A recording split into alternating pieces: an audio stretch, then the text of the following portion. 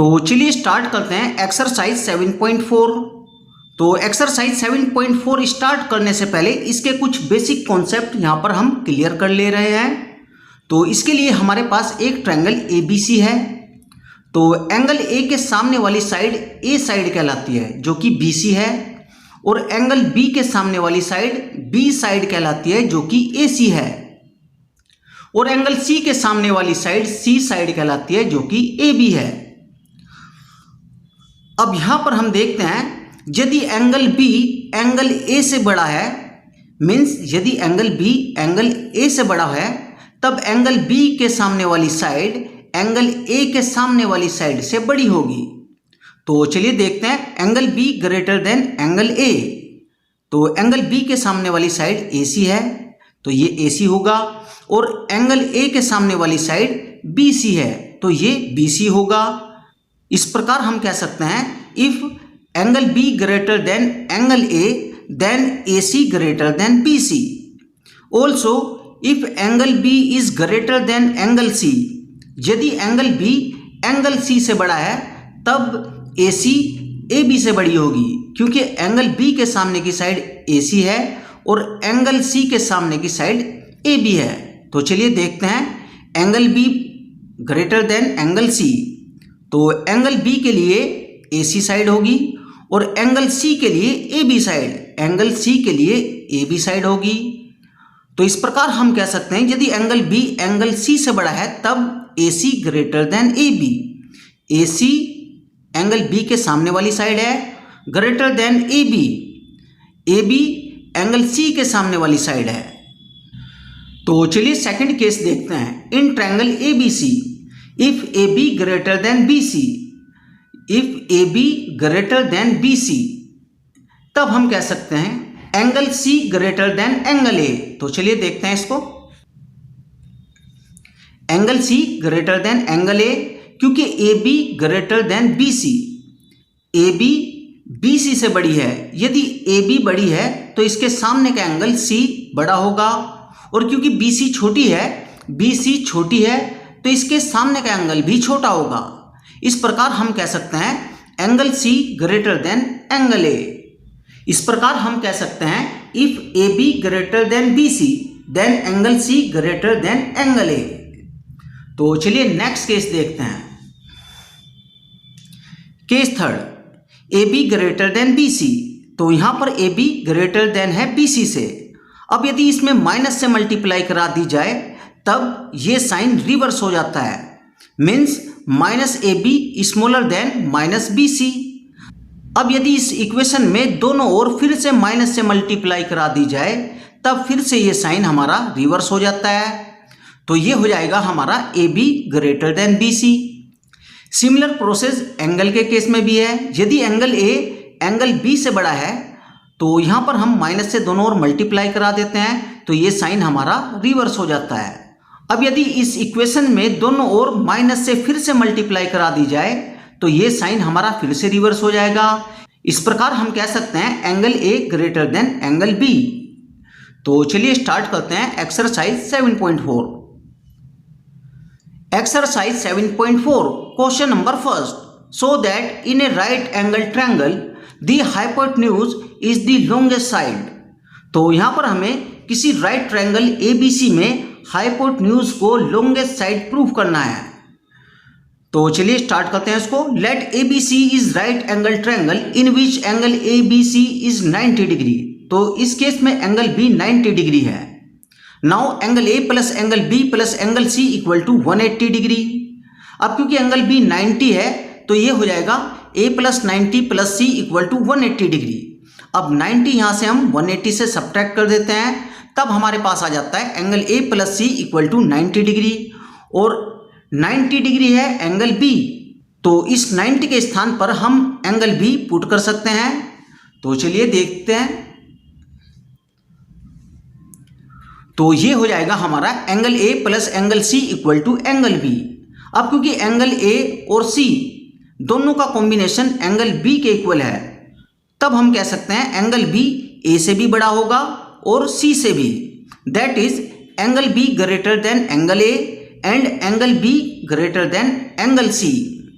अब क्योंकि यहाँ पर हम देखते हैं एंगल बी बड़ा है, तो एंगल बी बड़ा है तो AC साइड बड़ी होगी, और क्योंकि एंगल A छोटा है तो A के सामने की साइड BC छोटी होगी।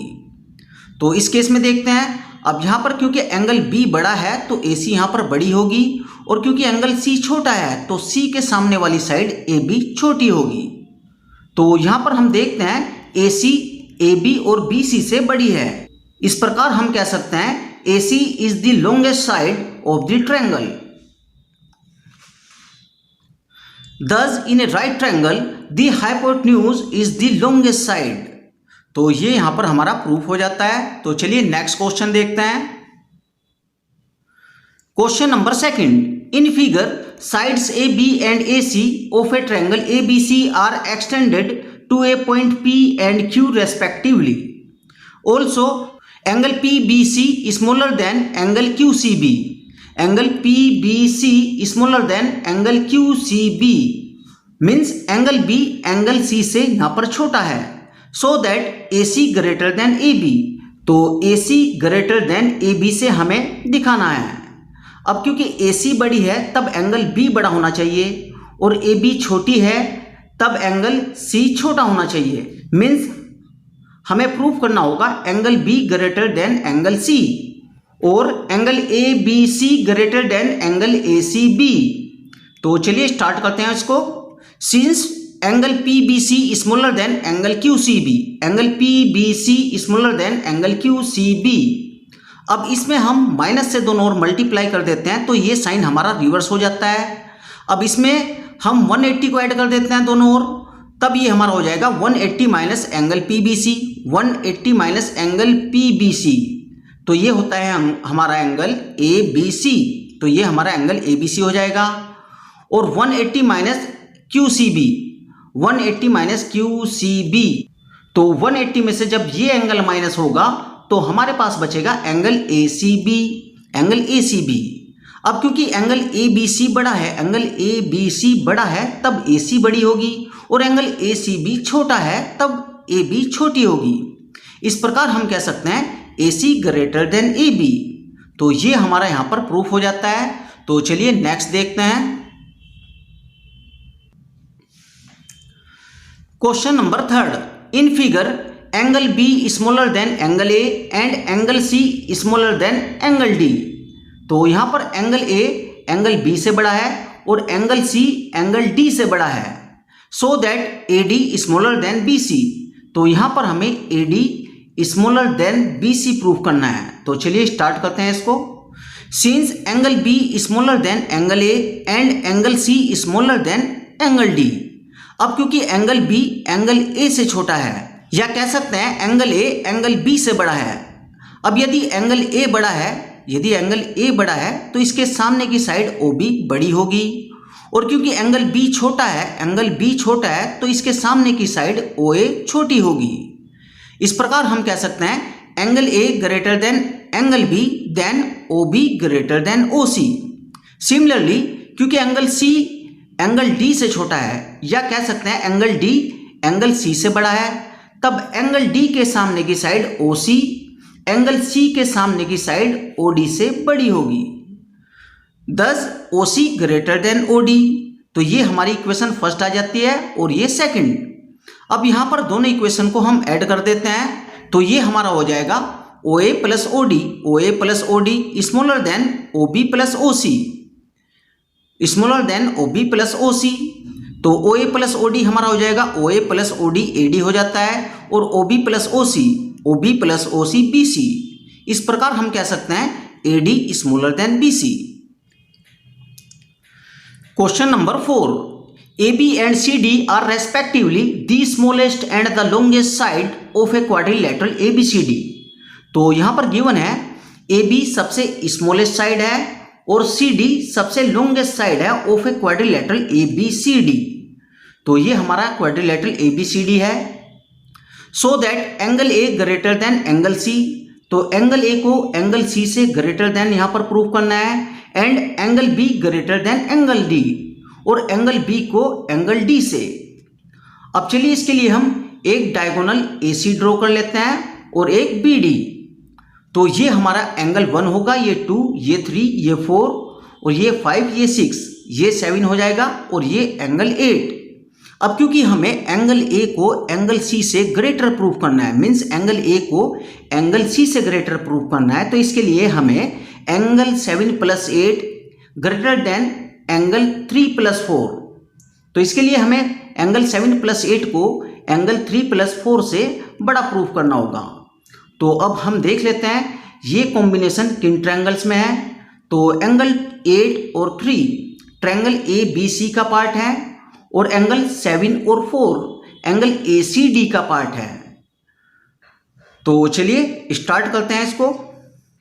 Join A C and B D, तो यहाँ पर ए सी और बी डी को हम ज्वाइन कर देते हैं in triangle A B C. In triangle A B C, A B is smallest side, क्योंकि ए बी स्मॉलेस्ट साइड है तब हम कह सकते हैं B C greater than A B, B C greater than A B.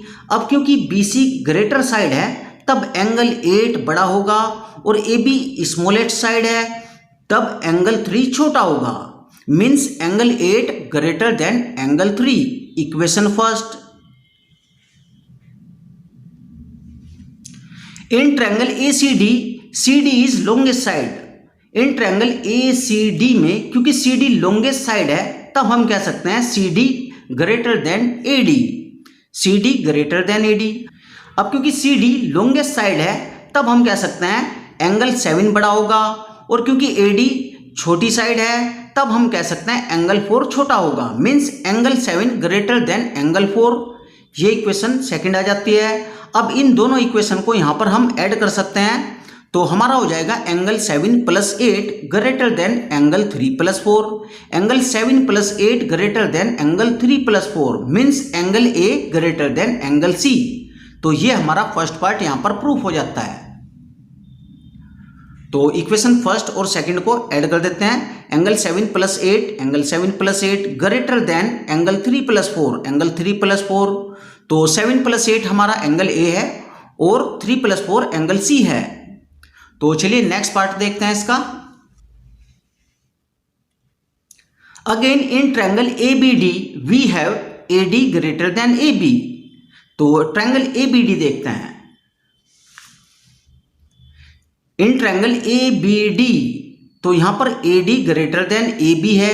अब क्योंकि A D बड़ी साइड है तो एंगल 1 बड़ा होगा और ए बी छोटी साइड है तो एंगल 6 छोटा होगा, मीन्स हम कह सकते हैं एंगल 1 ग्रेटर देन एंगल 6।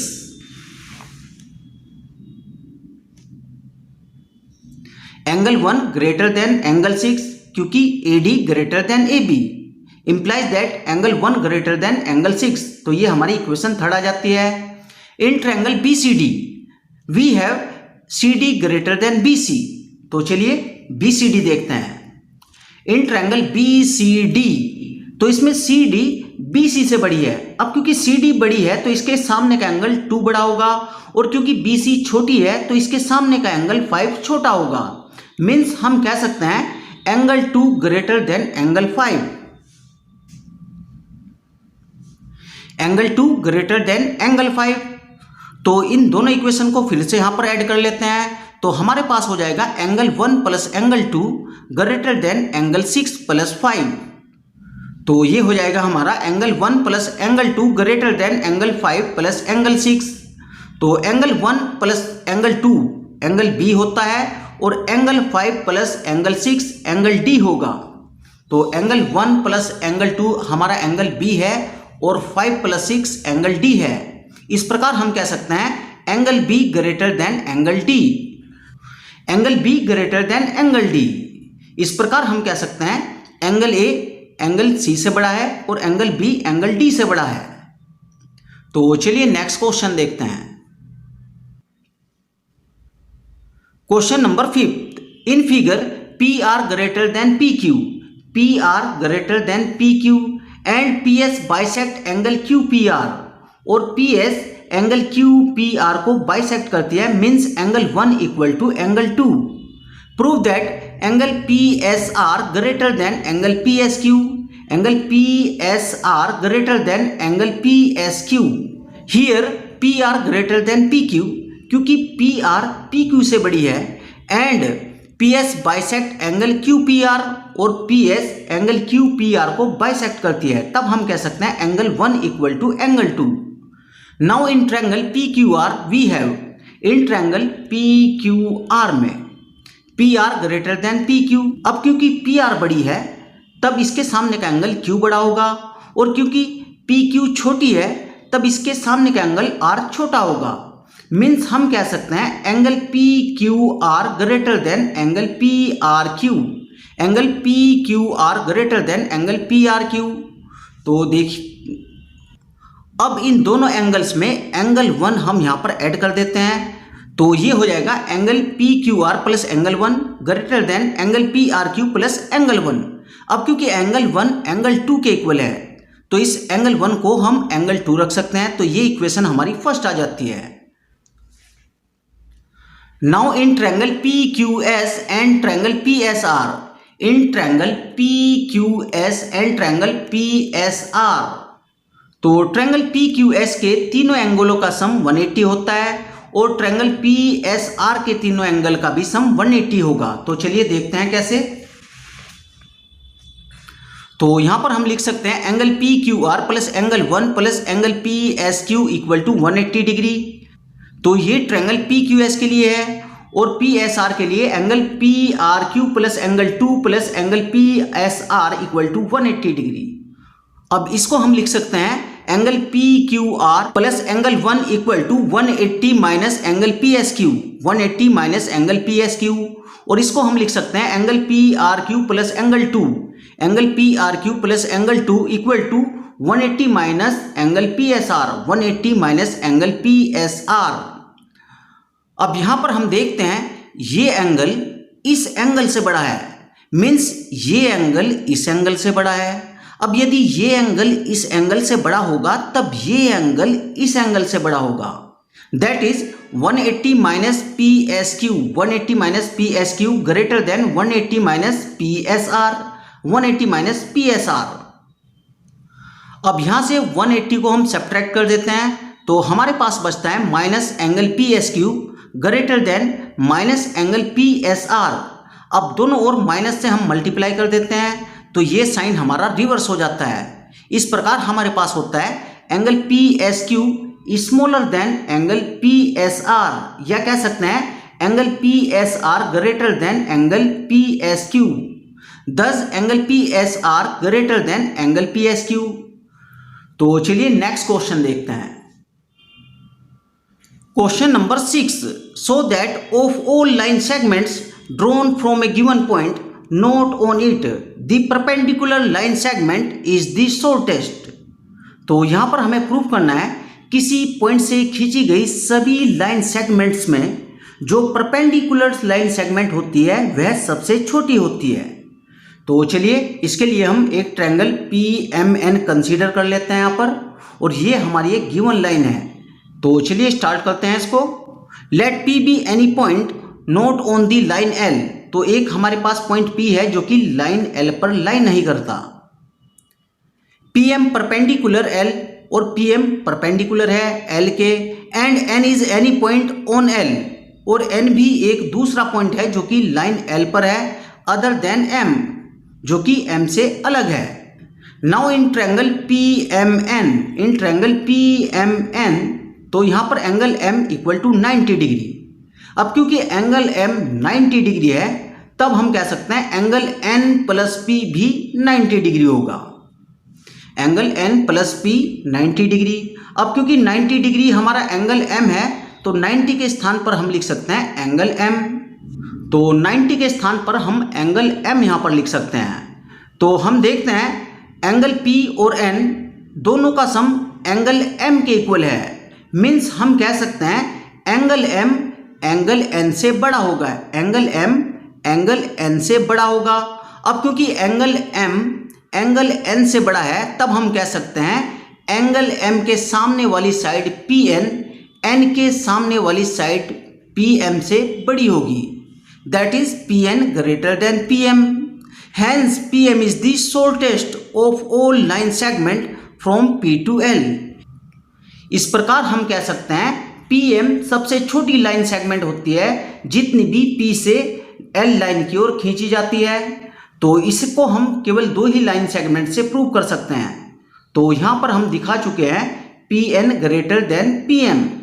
तो इस प्रकार हम कह सकते हैं सभी लाइन सेगमेंट जो कि पॉइंट पी से एल तक होगी उसमें सबसे छोटी लाइन सेगमेंट पी एम ही होगी। तो डियर स्टूडेंट, ये वीडियो आपको कैसी लगी? यदि ये वीडियो आपको पसंद आई तो वीडियो को लाइक करें, चैनल को सब्सक्राइब करें। Okay, thanks for watching this video.